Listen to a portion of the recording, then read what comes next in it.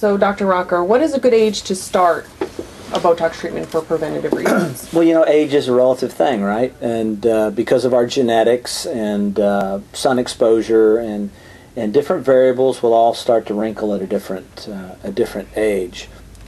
Now, I've done Botox treatments on patients as young as 20, and typically that's because they looked at their mom and they see what's happening there, and they're starting to see their first wrinkles, and they want to prevent that from happening to them. So usually small amounts of Botox, strategically placed, and we can do that. Actually, our daughter, who's 20 years old, wanted to start some Botox for specifically some wrinkles in her forehead and 11 lines. So we did a little bit of Botox. She's absolutely thrilled with it.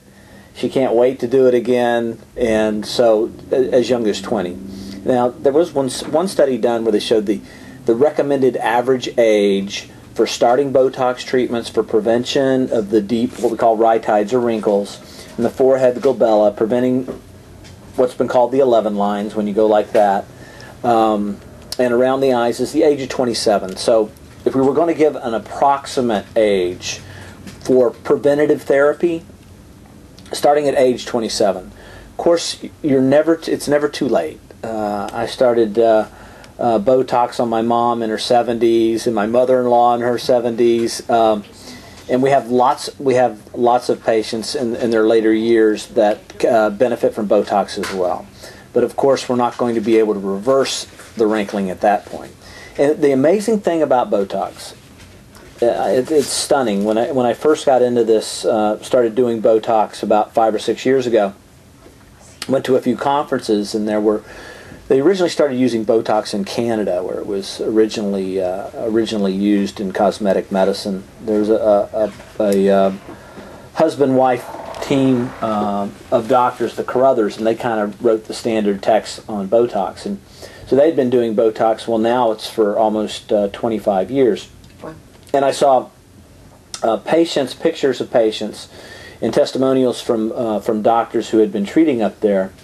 One in particular who had been doing Botox on her sister for 16 years, and there was absolutely no aging of her face in a 16-year period. No increase in wrinkles, absolutely gorgeous.